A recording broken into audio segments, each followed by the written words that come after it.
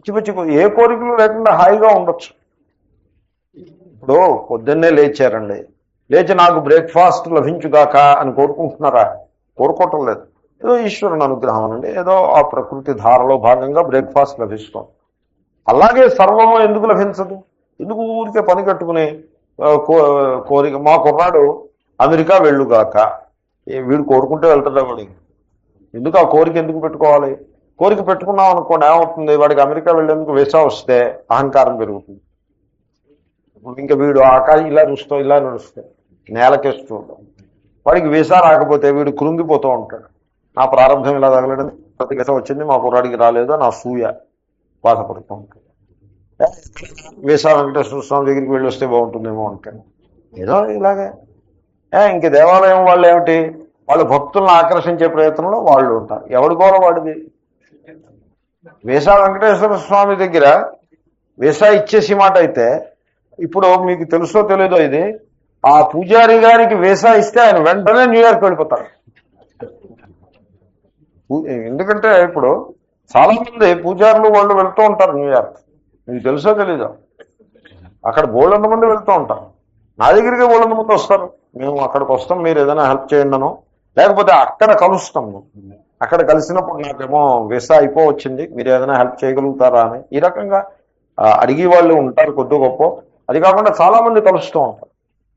ఇక్కడికి వచ్చి సముద్ర తరణం పాపం అని కబుర్లు చెప్పి అక్కడ మళ్ళీ అక్కడ విఘ్నేశ్వర పూజను పుణ్యావచనం చేస్తూ తయారు. అక్కడికి చాలా మంది ఉంటారు. ఇప్పుడు నేను ఇదంతా ఎందుకు చెప్తున్నానంటే, వీసా వెంకటేశ్వర స్వామి దగ్గర పూజ చేసి వాళ్ళు ఎవరో మంది ఉంటారు కదా, వీళ్ళందరూ దేశభక్తి మూలంగా ఇక్కడ ఆగిపోయారంటారా? అమెరికా మీద ప్రేమ లేక ఆగిపోయారంటారా? అబ్బే, హాఫ్ ఏ ఛాన్స్ దొరికితే అమెరికా అట్లాంటిక్ సముద్రం ఈడేసి మరీ వెళ్ళిపోతారండి. మరి ఆ వీసా వెంకటేశ్వర స్వామి వాళ్ళకి ఎందుకు ఇవ్వడం వీసా? మనకే ఎందుకు ఇస్తాడు? What is wrong? అలా కాదు. వీసా వెంకటేశ్వర స్వామి అనుగ్రహం మనకు కావాలి, వెంకటేశ్వర స్వామి అనుగ్రహం కావాలి. వీసాకు ఉండాల్సినటువంటి లక్షణాలన్నింటినీ పెట్టాలి. ప్రతిదానికి అదృష్టము ఉంటుంది, దృష్టము ఉంటుంది. వీసాకు కొన్ని క్యారెక్టరిస్టిక్స్ ఉంటాయి. వాడికి ఏదో వాడు ఒక రకంగా హెఫజర్డ్గా ఇచ్చినా ఇస్తాడు, వాడి మూడ్ను బట్టి ఉంటుంది. బట్ అది కొంత అన్సీన్ ఫ్యాక్టర్, అది దేవుని యొక్క అనుగ్రహం అక్కడ పనికొస్తుంది. మన తరఫు నుంచి మనం పేపర్ వర్క్ అంతా పక్కగా చేసి, అదొక వర్కప్, అది దాన్ని జాగ్రత్తగా పేపర్ వర్క్ చేసి అది కనుక అక్కడ సబ్మిట్ చేసి, అప్పుడు దేవుడా నువ్వు కొంచెం నీ అనుగ్రహం కూడా మనకు కావాలి అని ప్రార్థిస్తే it is okay. So anyway the point is కామాత్మానగా ఉండకూడదు. కామాత్మాన ఒక రకంగా చెప్పాలంటే అసలు కోరిక ఏమీ లేకుండా చేస్తూ ఉంటే మంచిది. వీసాకు అప్లై చేసినప్పుడు కూడా నిర్లిప్తంగా ఈశ్వరార్పణ బుద్ధితో, ఇది ఈశ్వరుడు ఈ విధంగా ఎందుకునో కల్పించాడు, ఇది ప్రారంభంలో ఇలా ఉంది, let us see how it works out అని ఆ రకంగా కనుక మీరు అప్రోచ్ కాగలిగితే యు ఆర్ సేవ్డ్. వీసా వచ్చినా సేవింగ్ అవుతుంది, వీసా రాకపోయినా కూడా you will be safe and you will be happy. కాబట్టి మనస్సును నిర్లిప్తంగా అట్టు పెట్టుకునే ప్రయత్నం చేయాలి. యాజ్ సచ్ ఒక కర్మని చేయటం తప్పు కాదు, కర్మఫలాన్ని అనుభవించడం తప్పు కాదు. కానీ కర్మఫలములయందరి తృష్ణ చాలా దోషం. ఇంక పైన పాఠం అంతా ఇదే పాఠం, కొత్త ఏముంది. సో ఆ తేషాంచ కామాత్మాన స్వర్గపరాహ అని ఎవరైతే ఉన్నారో వాళ్ళకి ఏమవుతుంది? భోగైశ్వర్య ప్రసక్తానాం భోగ కర్తవ్యమైశ్వర్యంచ. ఈ కర్తవ్యం ఏమిటండి? కర్తవ్యం అనుందా? Okay okay, I know what is what. ఇది భోగైశ్వర్యయో ప్రణయవతాం.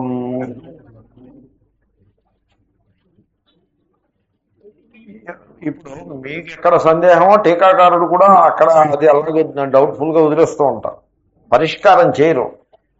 అక్కడ ఉన్న ఇబ్బంది ఏమిటి, దాన్ని పరిష్కారం చేయరు టీకాకారు. ఈ కర్తవ్యంకి హిందీ అనువాదం ఇవ్వలేదు చూడండి. హిందీ అనువాదం ఉంది కదా ఎదురుకుండా, పోనీ ఏదైనా ఇస్తాడేమో దానికి సంబంధించిందని చూస్తే మంచిది. అదంతా కర్తవ్యం పరిష్కారం లేదు. Anyway I know what is it. ఐశ్వర్యం కర్తవ్యం. ఇప్పుడు భోగము నుండి వీడికి ఆసక్తి ఉంటుందండి. భోగము నుండి ఆసక్తి ఉన్నప్పుడు భోగం భోగమునందు తృష్ణ ఉన్నప్పుడు మీరు నెక్స్ట్ స్టెప్ ఏమిటండి? రిసోర్సెస్ సంపాదించాలి. ఐశ్వర్యం కర్తవ్యం. మీరు ఐశ్వర్యాన్ని సంపాదించాల్సి ఉంటుంది. ఐశ్వర్య శబ్దానికి రెండు అర్థాలు ఉన్నాయండి. ఒకటి సంపద, రెండు అధికారము, ఈశ్వర భావం, పవర్. మీకు పవర్ ఉండాలి, వెల్త్ ఉండాలి, అప్పుడు భోగాలు సిద్ధిస్తాయి. కాబట్టి మీరు భోగాలు కావాలి, ఐశ్వర్యము కావాలి. భోగైశ్వర్య ప్రసక్త.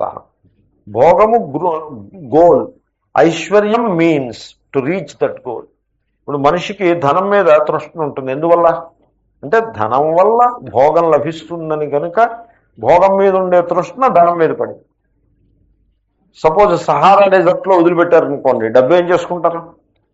అది ఆ డబ్బు ఖర్చు పెట్టేటువంటి చోటు కావాలి. ఇంచేతనే డబ్బు సంపాదించి చోట ఏ భోగాలు లేని సందర్భంలో వాళ్ళకి ఒక అవుట్లెట్ ఒకటి క్రియేట్ చేస్తారు. So that they have to spend that money spend చేయాలంటే భోగాలు ఉంటాయి. కాబట్టి భోగము ఐశ్వర్యము దే గో టుగెదర్. ఐశ్వర్య శబ్దానికి అధికారము, పవర్ అనే అర్థం కూడా ఉన్నది. సో వీటి యందు ప్రణయవతాం, భోగైశ్వర్యయో ఏవ ప్రణయవతాం. అవును, ఏవ శబ్దానికి అర్థం ఏంటంటే ఏదో కొద్దో గొప్ప ప్రేమ ఉండడంలో తప్పు లేదు. భోగైశ్వర్యములు మనకు కావాల్సిందే, ఏదో కొంత భోగం ఉండాల్సిందే. ఇప్పుడు ఏప్రిల్ మే వస్తే కొత్త ఆవకాయ పెట్టుకుని దాని రుచి కూడా చూడాలి, మామిడిపండు రుచి చూడాలి, ఏదో కొంత భోగాలు ఉంటాయి, దాని గురించి తప్పేం కాదు.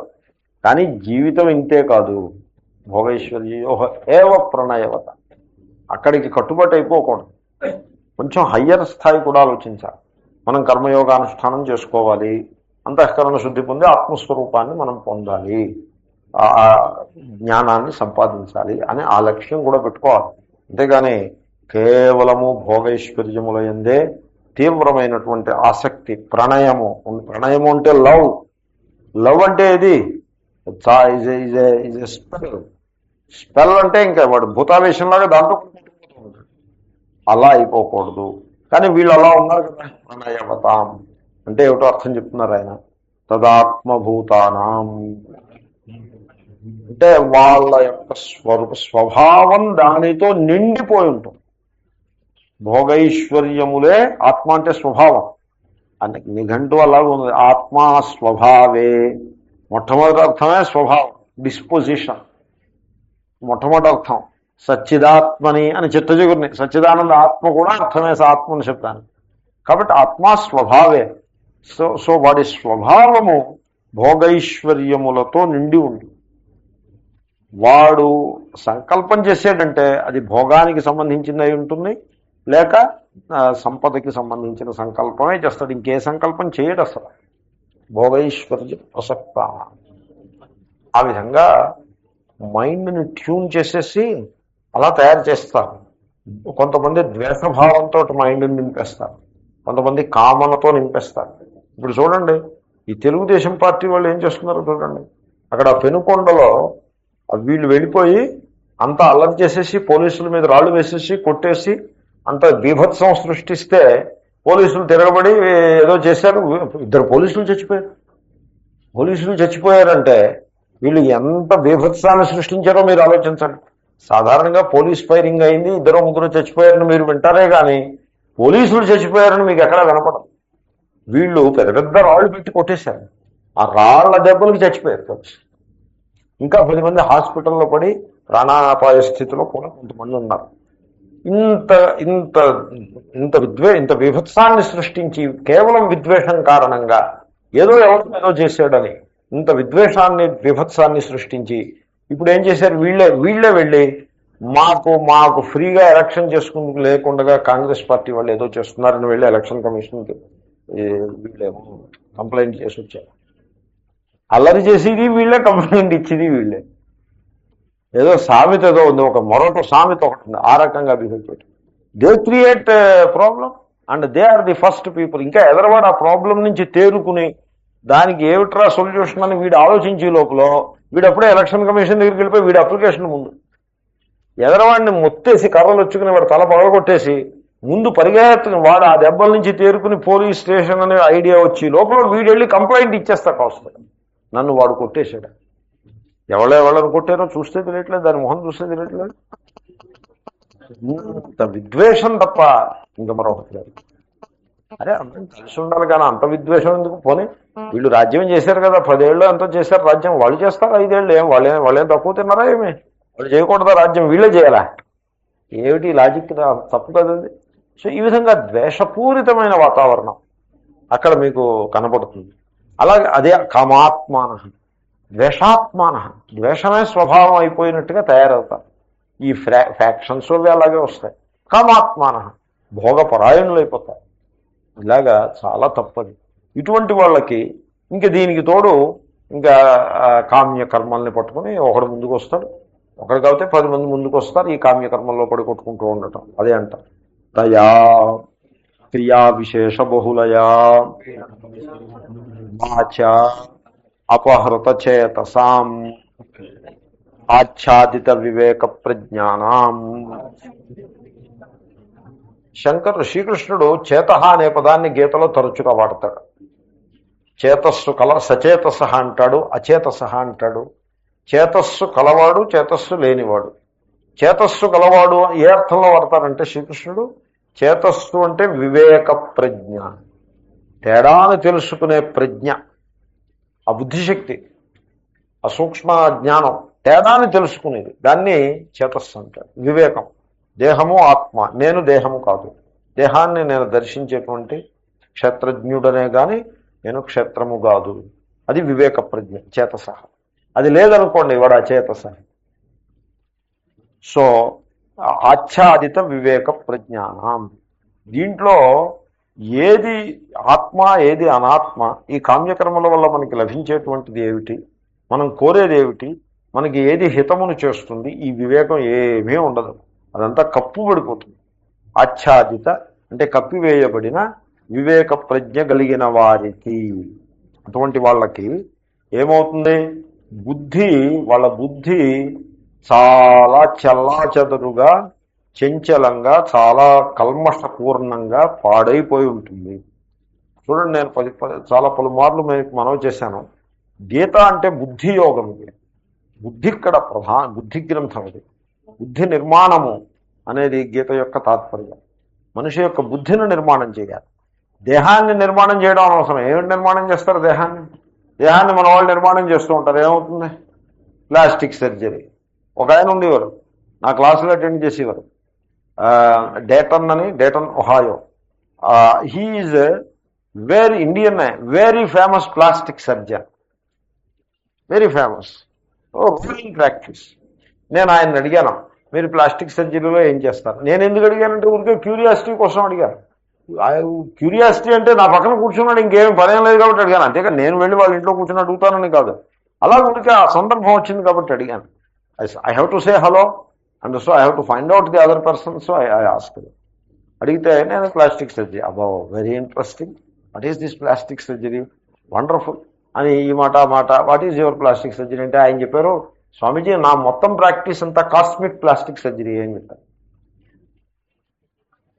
కాస్మిక్ కాదు, కాస్మెటిక్ ప్లాస్టిక్ సర్జరీ మొత్తం ప్రాక్టీస్. అంటే ఏమిటి? ఈ బర్న్ ఇంజరీస్ ఉన్న వాళ్ళకి ఆ ప్లాస్టిక్ సర్జరీ చేయకపోతే ఆ నర్వ్ ఎండింగ్స్ అన్నీ కూడా పెయిన్ఫుల్గా ఉంటాయి. బర్నింగ్ తగ్గిపోయినా కూడా ప్లాస్టిక్ సర్జరీ చేస్తే వాళ్ళకి కొంత సుఖంగా ఉంటుంది. చూడ్డానికి బాగుండడమే కాదు, వాళ్ళకి సుఖంగా కూడా ఉంటుంది. ఆ చర్మము బాగా టైట్ అయిపోతుంది. బర్నింగ్ ఇంజురీస్లో వచ్చేటండి ఆ చర్మం అలా టైట్ అయిపోయి వాళ్ళు చాలా సఫర్ అవుతూ ఉంటారు. ప్లాస్టిక్ సర్జరీ వల్ల రిలీవ్ అవుతారు. అనేక సందర్భాల్లో plastic surgery is necessary to make the person happy. అటువంటి క్యూరేటివ్ ప్లాస్టిక్ సర్జరీ వేరే, అది ఆయన ఎప్పుడూ చేయరు. ఆయన చేసి ప్లాస్టిక్ సర్జరీ అంతా కాస్మెటిక్ ప్లాస్టిక్ సర్జరీ. అంటే ఏమిటి? ముడతలు పడితే దాన్ని సరిచేయటం. తర్వాత ముక్కు ఎలా ఉండాలని సొసైటీ డిటర్మిన్ చేస్తుంది, ఇలా ఉండాలి ముక్కు. ఆ ముక్కు కొంతమందికి పొడుగ్గా ఉంటుంది, కొంతమందికి చప్ప ముక్కు ఏదో ఉంటుంది. కాబట్టి ఈ ముక్కును రిస్టోర్ చేయటం, కనుబొమ్మల్ని రిస్టోర్ చేయటం, కన్నుల క్రింద ఏవో బ్యాగ్స్ ఏవో ఉంటాయి అవి ఉండకుండా రిస్టోర్ చేయటం, ఇదే పని. ఇంక ఈ రకంగా ఇది ప్లాస్టిక్ సర్జరీ. ఏమంటే ఇది ఏమిటండి ఇలాంటిది తింటే ఏం చేయమంటారండి? మరి ఉన్న దేశం అలాంటిది. ఇక్కడ నా ప్రాక్టీస్ దాది లేదు, దీంట్లోనే స్పెషాలిటీ అని.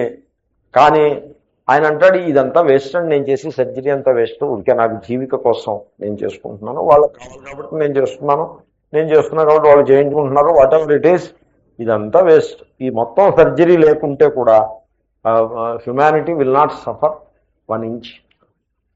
Entire surgery is waste. Cosmetic మీద రీసెర్చ్ చేస్తారు. లోకంలో అభిప్రాయం ఉంటుంది, రీసెర్చ్ అంటే పవిత్రము, సైన్స్ అంటే సీక్రెట్ కౌ, అది science is a secret cow, research is a secret cow.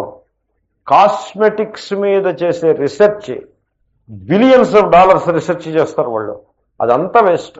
Humanity just doesn't need all that research. ఎందుకు పనికిరాని రీసెర్చ్, అది అవసరం లేదు. అది ఊరికే ఇంకా ఎన్వైరాన్మెంట్ని పాడు చేయటం, యానిమల్ స్టడీస్, యానిమల్స్ని హింస చేయటం. యానిమల్స్ని హింస చేస్తే మనిషికి ఉపయోగపడే మందు రావాలి కదండి, ఉపయోగపడే మందు వస్తే యానిమల్స్ కొంత సాక్రిఫైస్ చేసిన జస్టిఫికేషన్, అదంతా వేస్ట్. ఈ విధంగా దేహాసక్తితో బతుకుతూ ఉంటారు. సో ఆచ్ఛాదిత వివేక ప్రజ్ఞానం, వివేకం, ఒక entire society goes in the wrong direction. మన ఇండియన్ సొసైటీ కూడా అలాగే వెళ్తూ ఉంటుంది.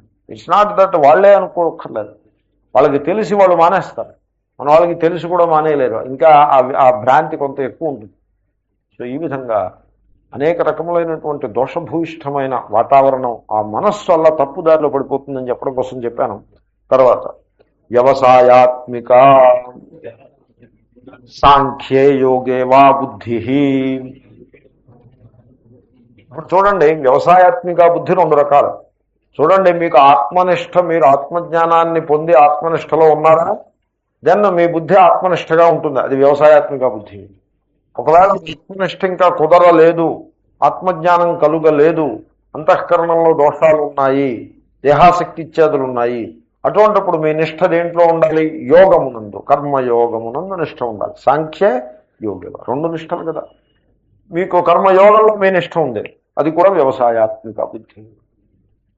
కాబట్టి గోల్ చేరుకుంటే గోల్లో నిలిచి ఉండటం, గోల్ చేరుకోకపోతే ఆ చేరేటువంటి సాధనంలో నిలిచి ఉండటం.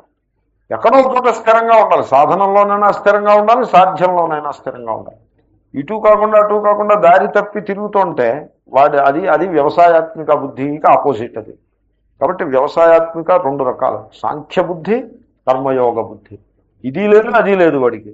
అటువంటి బుద్ధి సమాధౌ సమాధీయతే అస్మిన్ పురుషోపభోగాయ సర్వమితి సమాధి అంతఃకరణం బుద్ధి తస్మిన్ సమాధౌ న విధీయతే న భవతి ఇత్యర్థః.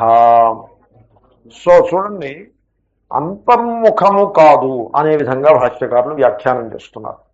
ఇప్పుడు బుద్ధి ఉన్నది, ఈ బుద్ధి నిశ్చయాత్మకంగా ఉన్నప్పుడు ఇట్స్ ఫోకస్ ఈజ్ ఫిక్స్డ్. నిశ్చయాత్మకంగా ఉన్నప్పుడు ఇప్పుడు ది ఫోకస్ ఆఫ్ ది బుద్ధిని మీరు you focus it on its self. So బుద్ధిలో వేరియస్ లెవెల్స్ ఉంటాయి కదండి. ఇప్పుడు మనస్సు, బుద్ధి ఎట్సెట్రా. ఈ కాలుష్యములను ఏవైతే చెప్తున్నామో, మనస్సులో ఉండే కాలుష్యములు, రాగద్వేషములు, కామక్రోధాదులు, ఈ కాలుష్యముల యొక్క లక్షణం ఎలా ఉంటుందంటే మనస్సు బయటికి ప్రసరిస్తూ ఉంటుంది. కామన అంటే మనస్సు యొక్క ప్రసారం ఎటుంటుంది, బయటకు ఉంటుంది. క్రోధం అంటే ఎటుంటుంది, బయటకు ఉంటుంది. లోభం అంటే బయటకు ఉంటుంది. ఇవే దోషాలన్నీ కూడా. ఈ బయటికి ప్రసరించే మనస్సు, దీన్ని బహిర్ముఖ అని అంటారు, ఎక్స్ట్రోవర్ట్. అంటే దానికి ఆపోజిట్ ఇంట్రోవర్ట్ అని నా అభిప్రాయం అది కాదు. ఇంట్రోవర్ట్గా ఉండాలని నా అభిప్రాయం కాదు, ఇంట్రాస్పెక్టివ్గా ఉండాలి, ఇన్వర్డ్ లుకింగ్గా ఉండాలి. ఇంట్రోవర్ట్గా ఉండమని చెప్పడం కాదు. ఎనీవే, సో ఎక్స్ట్రోవర్ట్గా ఉండి ఉన్నదంతా బయటే ఉందనేటువంటి రాంగ్ నోషన్లో మనస్సు వెళ్తోందనుకోండి, అది సమాధికి ఆపోజిట్. ఇప్పుడు సమాధి అంటే ఏమిటి? మనస్సు తన మూలమైన బుద్ధి యందు, బుద్ధి తన మూలమైన అహం ప్రత్యయమునందు, ఆ the lower level rises to the higher level of consciousness. So mind, instead of running away into the world, it abides in its source. You try to penetrate the inner levels of consciousness, the deeper levels of consciousness, దానికి సమాధి అని పేరు. So మీ బుద్ధి నిశ్చయాత్మకంగా ఉండదు గనుక, నిశ్చయాత్మిక బుద్ధి వ్యవసాయాత్మిక ఉండదు గనుక అది ఆ inner or deeper levels of కాన్షియస్నెస్లోకి అది పెనిట్రేట్ చేసి స్థితి ఉండదు. బుద్ధి యందు నిలిచి ఉండదు. అర్థమైందండి? బుద్ధి సమాధౌన విధీయతే అంటే బుద్ధిలో ఉండదు. ఇంట్లో ఉండాల్సిన వాడు ఇంట్లో ఉండడు అంటే ఏమన్నమాట? రోడ్లమ్మడ పడి తిరుగుతున్నాడు బలాదూర్ అని అర్థం. బుద్ధి యందు నిలిచి ఉండదు. సో ఎటువంటి బుద్ధి అంటే చూడండి, అంతఃకరణం బుద్ధి, an inner or deeper level of అంతఃకరణ. ఆ బుద్ధి యందు నిశ్చయాత్మకము కాని బుద్ధి నిలబడదు. Again it is all levels within the బుద్ధి ఓన్లీ. మీరు ధ్యానం చేస్తారు. ధ్యానం అంటే అర్థం ఏంటండి? బుద్ధిని ఏకాగ్రము, మనస్సును ఏకాగ్రము చేయుట. మనస్సును ఏకాగ్రం చేయటానికి ఏమిటి చేస్తారు? You take a decision. నేను ధ్యానం చేసి మనస్సును ఏకాగ్రం చేసుకోవాలి. ఈ డెసిషన్ చేసేది ఏమిటి? అది బుద్ధే. మరి అది బుద్ధి ఇది బుద్ధి అయితే ఎలాగంటే ఇట్స్ హయ్యర్ లెవెల్ ఆఫ్ బుద్ధి. హయ్యర్ లెవెల్ ఆఫ్ బుద్ధి లోవర్ లెవెల్ ఆఫ్ బుద్ధిని దాన్ని కంట్రోల్ చేస్తుంది, నిగ్రహిస్తుంది. ఎలా నిగ్రహిస్తుంది? బయట ప్రపంచంలోకి వెళ్ళిపోకుండా it focuses on its self. ఆ రకంగా మీకు ఒకటి చెప్తున్నా వినండి. Consciousness focused outside is world. Consciousness focused on its self is Brahman. కాబట్టి బుద్ధి సమాధౌ న విధీయతే అంటే బుద్ధి యందు నిలిచి ఉండుటలేదు. ఎటువంటి బుద్ధి అంటే పురుష ఉపభోగాయ సర్వం ఇది సమాధి. ఇప్పుడు చూడండి, సమాధి అనే పదం ఎలాగా, ఆ పదానికి బుద్ధి అనే అర్థం ఎలా వచ్చిందంటే చూడండి, మీరు సపోజ్ బాహ్యం నుంచి సుఖాన్ని పొందారనుకోండి, ఆ సుఖము ఎక్కడ అనుభవానికి వస్తుంది? అంతఃకరణలో అనుభవానికి వస్తుంది. తర్వాత మీరు ఇన్నర్ ఫీలింగ్స్ ఉన్నాయనుకోండి, సెన్సేషన్స్, ఇంద్రియాల ద్వారా ఉండే సెన్సేషన్స్ ఉన్నాయనుకోండి, అవి ఎక్కడ అనుభవానికి వస్తాయి? అంతఃకరణంలో. ఇన్నర్ ఫీలింగ్స్ ఎక్కడ? అంతఃకరణంలో. థాట్స్ అండ్ సంకల్పాస్ ఎక్కడ? అంతఃకరణంలో. ఐ థాట్ ఎక్కడ? అంతఃకరణంలో. At all these levels they come to the experience or they are experienced in that inner organ called buddhi. Again you call it buddhi. అంతఃకరణం ఇన్నర్ ఆర్గన్. కాబట్టి ఆ అంతఃకరణానికి సమాధి అని పేరు. అస్మిన్ సర్వం సమాధీయతే ఇది సమాధి. దీని యందు సర్వము చక్కగా సమాధీయతే అంటే అధీయతే, చక్కగా నిహితము చేయబడును, ఉంచబడును. అధీయతే ఉంచబడును. కాబట్టి సర్వము, ఈ సర్వము పురుష ఉపభోగాయ. మంచైనా దాని ఎందే ప్రకటమవుతుంది, అనుభవానికి వస్తుంది. చెడ్డైనా దాని ఎందే అనుభవానికి వస్తుంది. కాబట్టి సమాధి శబ్దం చేత అంతఃకరణం బుద్ధి. ఏమిటండి బుద్ధి? బుద్ధౌ ఏమిటి అంటే బుద్ధికి సమాధౌ. సమాధి అంటే మళ్ళీ బుద్ధి అని చెప్పాం కదా. బుద్ధికి బుద్ధౌ న విధీయతే అంటే బుద్ధి యందు నిలిచి ఉండకుండా బయటికి పోతూ ఉంటుంది. కామాహ, కామ క్రోధ లోభ, అలా కామాత్మాన స్వర్గపరాహ, ఎప్పుడు బయటే ఉంటుంది బుద్ధి. చూడండి, ఎప్పుడు మనిషి సూపర్ఫిషియల్ లెవెల్స్ ఆఫ్ కాన్షియస్నెస్లో బతకూడదు. నేను మొన్న ఆత్మధ్యానము అనేటువంటి దాని మీద నన్ను మాట్లాడమన్నారు. ఆత్మధ్యానము టాపిక్ ఏం మాట్లాడతాను? ఏదో మాట్లాడా, ఒక గంట సేపు ఏది తోస్తే అది మాట్లాడా. నేను మాట్లాడింది చాలా తక్కువే, but still some useful points I try to bring out. అక్కడ నేను చెప్పింది ఏంటంటే దెర్ ఈజ్ కాన్షియస్నెస్. చైతన్యం ఉంది కదండి, తెలివి అన్నీ తెలుస్తూ ఉన్నాయి లేదా? నిద్ర లేస్తే అన్నీ తెలుస్తూ ఉంటాయి. అదే కాన్షియస్నెస్ అంటే. రూపం తెలుస్తోంది, శబ్దం తెలుస్తోంది, గంధము, తర్వాత రుచి అన్నీ తెలుస్తున్నాయి కదా, ఇదే కాన్షియస్నెస్. ఇప్పుడు చిత్రం ఏంటంటే మీరు కొన్నింటిని ఇష్టపడుతున్నారు, కొన్నింటిని ఇష్టపట్టలేదు. అవునా కదా? అవును. That is then superficial level of consciousness. మీకు సుఖ దుఃఖముల అనుభవం కలుగుతోందా లేదా? అది సూపర్ఫిషియల్లే. రాగద్వేషాలు ఉన్నాయా లేదా? అది సూపర్ఫిషియల్లే. కామక్రోధ లోభ ఇవన్నీ ఉన్నాయా లేదా? సూపర్ఫిషియల్లే. ఇంతకు మించి ఇంకేదైనా ఉందా? లేదు. అంటే మీ జీవితం అంతా కూడా సూపర్ఫిషియల్ లెవెల్స్ ఆఫ్ కాన్షియస్నెస్లోనే ఉంది అని అర్థం. డివిజన్ అనుభవానికి వస్తుందా? That is superficial. an entire life is lived in the superficial levels of consciousness. అర్థమవుతుందండి. ఉపరితలంలో సముద్రము కెరటాల మీద పయనించి మీరు పయనించారనుకోండి, 10 ఏళ్ళు పయనించారు, 100 ఏళ్ళు సముద్రం కెరటాల మీద తిరుగుతూ ఉన్నారనుకోండి, 100 ఏళ్ళు 10 ఏళ్ళు 20 ఏళ్ళు 50 ఏళ్ళు చేశారనుకోండి, you have not known the depth and width of the ocean. అంతే కదండి. అలాగే ఇగో ఇది నాకు ఇష్టం, ఇది నాకు ఇష్టం కాదు, ఈ కోరిక ఉంది, ఈ కోరిక తీరలేదు, ఈ సుఖం ఆ దుఃఖం, ఈ ఈ భోగము ఆ దుఃఖము, తర్వాత ఈ భయాలు ఆ కామనలు, ఇదేనా బతుకంటే? ఇదేనా newspaper reading? Is also superficial consciousness. ఇదేనా? కాబట్టి మనిషి సూపర్ఫిషియల్ లెవెల్స్ ఆఫ్ కాన్షియస్నెస్లో బతికేస్తున్నాడు. He has no opportunity to penetrate these superficial levels of consciousness. You have to penetrate within. మధ్యతావా చన్వతావా, మీరు ఆ కాన్షియస్నెస్ను పెనిట్రేట్ చేయాలి. పెనిట్రేట్ చేయాలంటే ఈ సూపర్ఫిషియల్ లెవెల్స్లో అనుభవానికి వచ్చేటువంటి కామనలు, ద్వంద్వాలు ఏవైతే, అపోజిట్స్ ఏవైతే ఉంటాయో వీటన్నింటినీ కూడా రిజెక్ట్ చేయటం అలవాటు చేసుకోవాలి. భోగపరాయణులు పెనిట్రేట్ చేయలేరు. ఇన్నర్ కాన్షియస్నెస్లో వాళ్ళు ఆత్మస్వరూపులే, కానీ పెనిట్రేట్ చేయలేరు. ఇంత అలాగే నేను ఎందుకు చెప్పానంటే, బుద్ధి సమాధౌ న విధీయతే, ఆ పదానికి అర్థం చెప్పడం కోసం ఇదంతా చెప్పాను.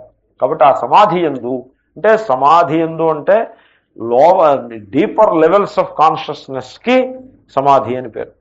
అది కూడా బుద్ధే. దాని యందు న విధీయతే న భవతి ఇత్యర్థ, దాని యందు నిలిచి ఉండదు. అక్కడతోటి ఇది కామనిందోపనిషత్ 3 శ్లోకాలు పూర్తయింది.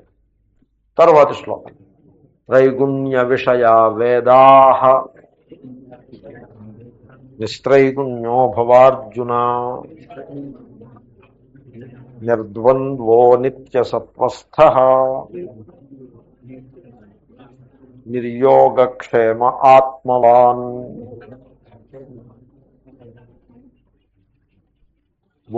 ఈ శ్లోకాలు చాలా లోతైన శ్లోకాలు. ఈ పాఠం చెప్పాలంటే కూడా కష్టం. నిర్యోగక్షేమ ఆత్మవాన్ అంటున్నారు. యోగక్షేమాల గురించి నువ్వు చింత చేయొద్దు అంటున్నారు.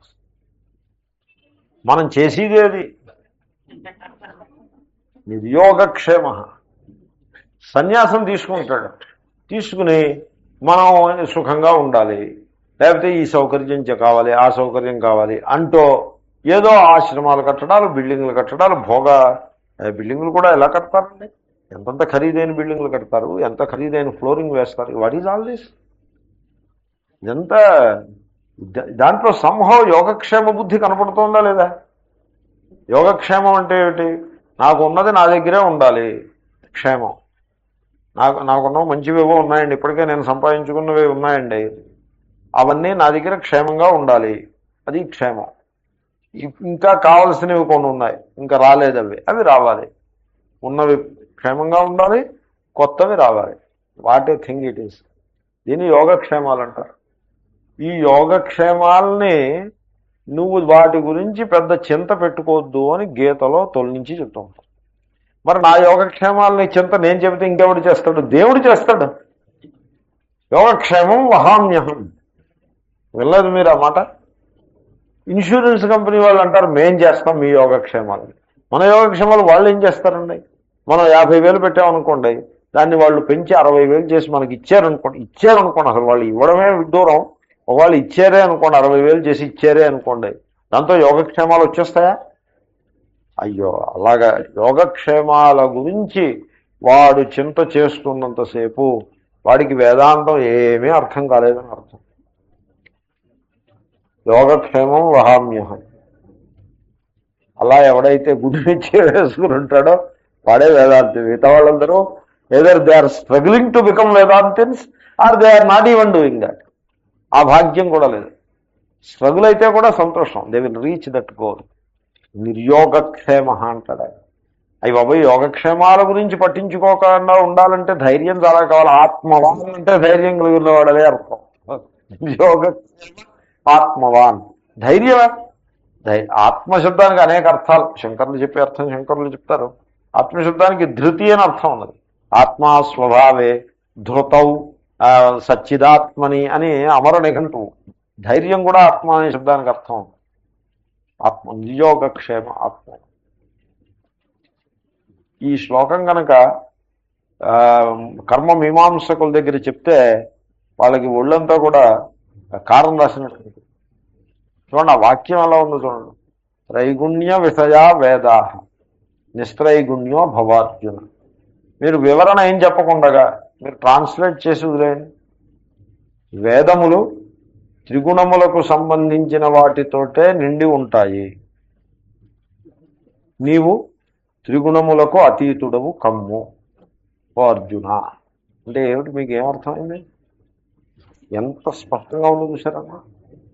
అంటే అర్థవాద రూపములైన వేదములు కర్మకాండ ఉపాసనా కాండలలో కేవలము కామ్యములు ఏవైతే ఉంటాయో అవి ఈ గుణ ప్రవాహము. ఈ గుణ ప్రవాహము అనే మాట గీతలో మాట కాదు, అది భాగవతం మాట.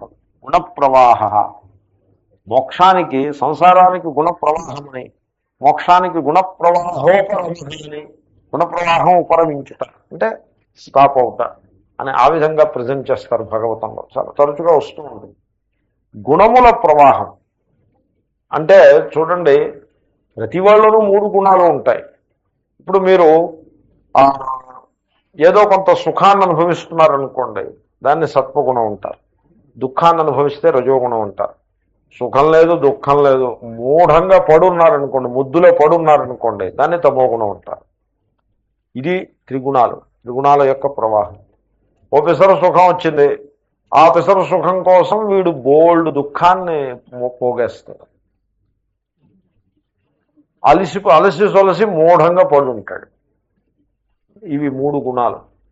ఈ 3 గుణముల ప్రవాహంలో పడికొట్టుకుపోతూ ఉంటాడు. ఇప్పుడు సపోజ్ ఏదైనా ఒక కర్మకాండ భాగం మీ దగ్గరికి వచ్చిందనుకోండి, వస్తే ఆ 3 గుణాల ప్రవాహాన్ని మరింత పుష్టం చేసేట్టుగా ఉంటే ఏమిటి లాభం అండి? ఏముంది లాభం? బేసికల్గా ఇప్పుడు ఏదో సమ్ ఉద్యోగం ఏదో ఎల్డీసీ చేస్తున్నారనుకోండి, ఎల్డీసీ చేస్తున్న వాడిని యూడీసీ చేసి ట్రాన్స్ఫర్ చేశారనుకోండి, వీడు మౌలికంగా ఏం పెద్ద ఉద్ధరింపబడ్డట్టు? ఏదో ఏదో ఎత్కించిత ఉంటుంది, ఏమన్నా ఎత్కించిత లాభం అవసరం ఉంటుంది. మౌలికంగా వీడి ఏడుపు అలాగే ఉంటుంది, కానీ ఆ ఏడుపు తీరి ఏడుపు కాదు కదా. Is a crying person all the way. So చాలా చాలా విడ్డూరంగా ఉంటుందండి సమాజ స్థితి. ఎనీవే, వ్యక్తులు కూడా, సమాజం అనేది ఏముంది, వ్యక్తులను బట్టే సమాజం వస్తుంది ఫస్ట్. సో ఈ విధంగా ఈ త్రిగుణముల యందు నీవు ఇరుక్కుపోయి ఉండొద్దు. ఇక్కడ టీచింగ్ అంతా కూడా వైదికుడికి. అంటే వాడు already he's a religious person. A religious person should become a spiritual person. త్రైగుణ్య విషయా వేదాహ, వేదాలు చదువుకున్నాడు, వేదోక్త కర్మలను అనుష్ఠిస్తున్నాడు, త్రిగుణాల్లో పడి ఉన్నాడు. He's a religious person. నిస్త్రైగుణ్యో భవార్జున. May God bless you, that is good. నిస్త్రైగుణ్యో భవార్జున. Rise above the limitations of religion, become spiritual. Swami Vivekananda బాగా చెప్పేవాడు ఈ మాట, చాలా బాగా బలంగా చెప్తూ ఉండేవారు. Nothing wrong to take birth in the temple, but it is wrong to die in the temple అనేవాడు. Temple means a kind of worship based on duality. నేను వేరు, ఈశ్వరుడు వేరు. ఈశ్వరుడు నాకేవో కోరికలు తీర్చాలి అని పూజ మొదలెడతాడు. This is how the word temple means. అలా అన్నాడు ఆయన, వివేకానంద అన్నమాట అది. That is how he explains also. చాలా పవర్ఫుల్గా చెప్తాడు ఆయన. ఆయన ఏమంటాడంటే, every soul is potentially divine. నీ స్వరూపం బ్రహ్మ, ఆత్మ, divinity itself you are. And you have to struggle to manifest that divinity. Divinity manifest అవ్వాలి. ఇప్పుడు ఒక రిచ్ పర్సన్ ఉంటాడు, ఐఆమ్ రిచ్ పర్సన్ అని అంటే ఎక్కడ కుదురుతుంది? He has to manifest his riches. ఎలాగా? దాన ధర్మాల ద్వారా మేనిఫెస్ట్ చేయాలి. మేనిఫెస్ట్ చేస్తే రిచ్ అవుతాడు, కానీ డబ్బు మూట కట్టుకుని ఒక పావలా కూడా ఖర్చు పెట్టకపోతే రిచ్ అవుతాడండి. He is not rich even for himself. ఎవడండి రిచ్ మ్యాన్? ఎవడండి? Who can enjoy wealth for himself and who can help others to enjoy wealth, వాడు రిచ్ అవుతాడు.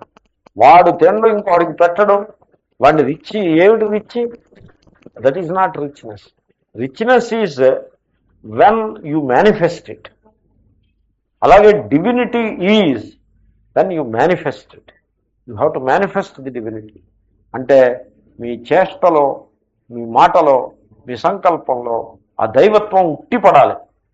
అది మేనిఫెస్ట్ అవుతాయి.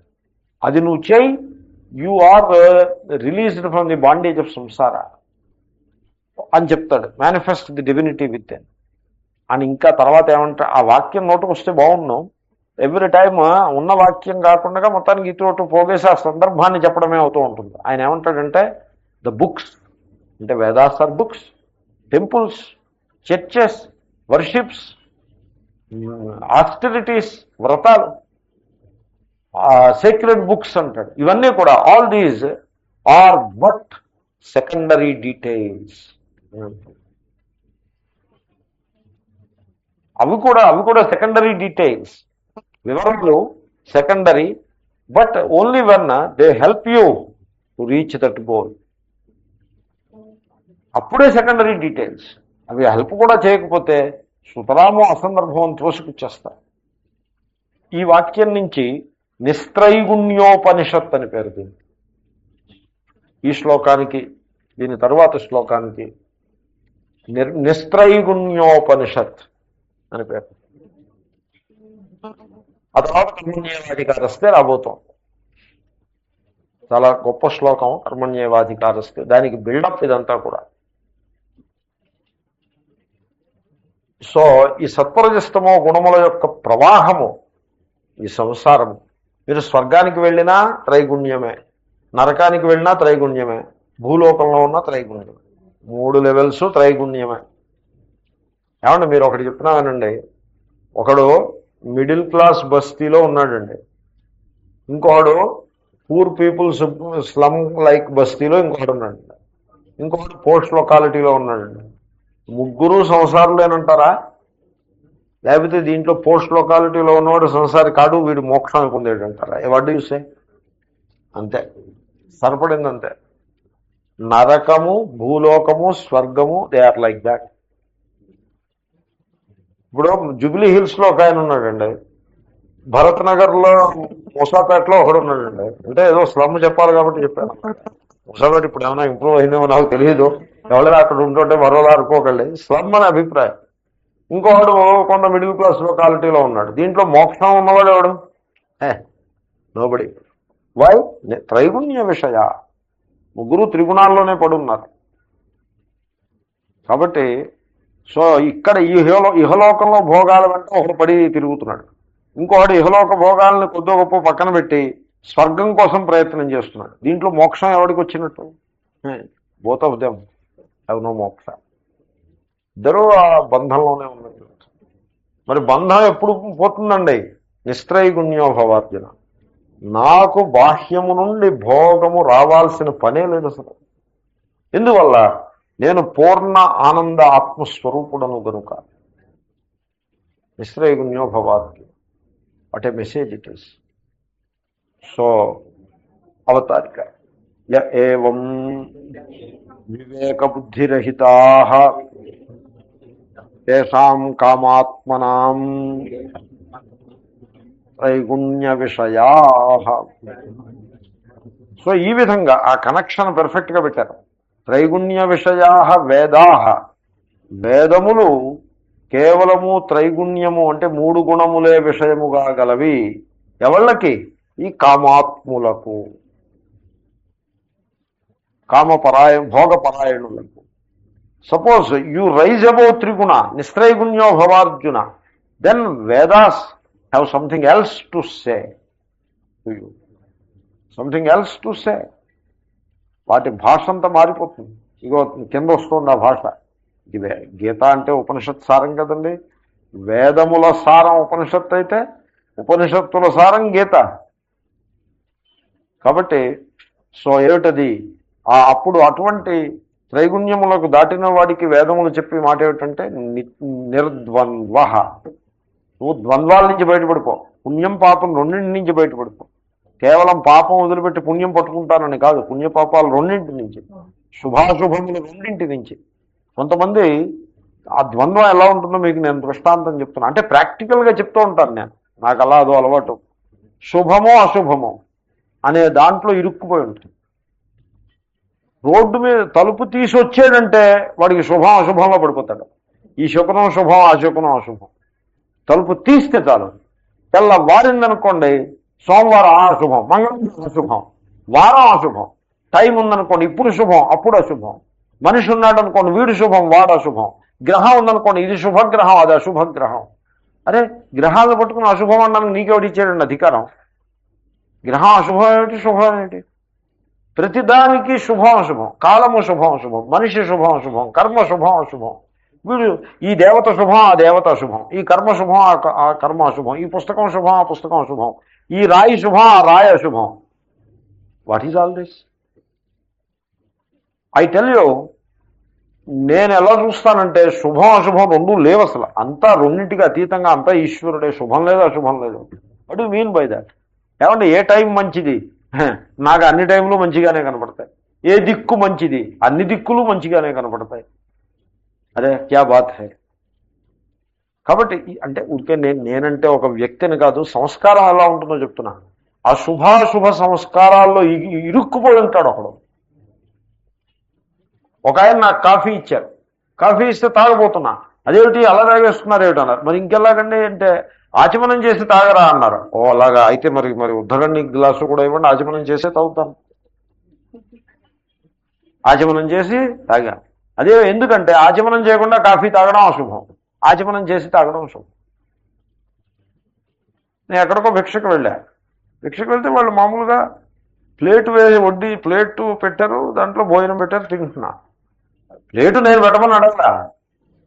తర్వాత వాళ్ళు ప్లేటు పెట్టారు, ప్లేట్లో నేను భోజనం చేస్తున్నాననే గుర్తింపు కూడా నాకు లేదు. భోజనం వడ్డించారు, తినేస్తున్నాను.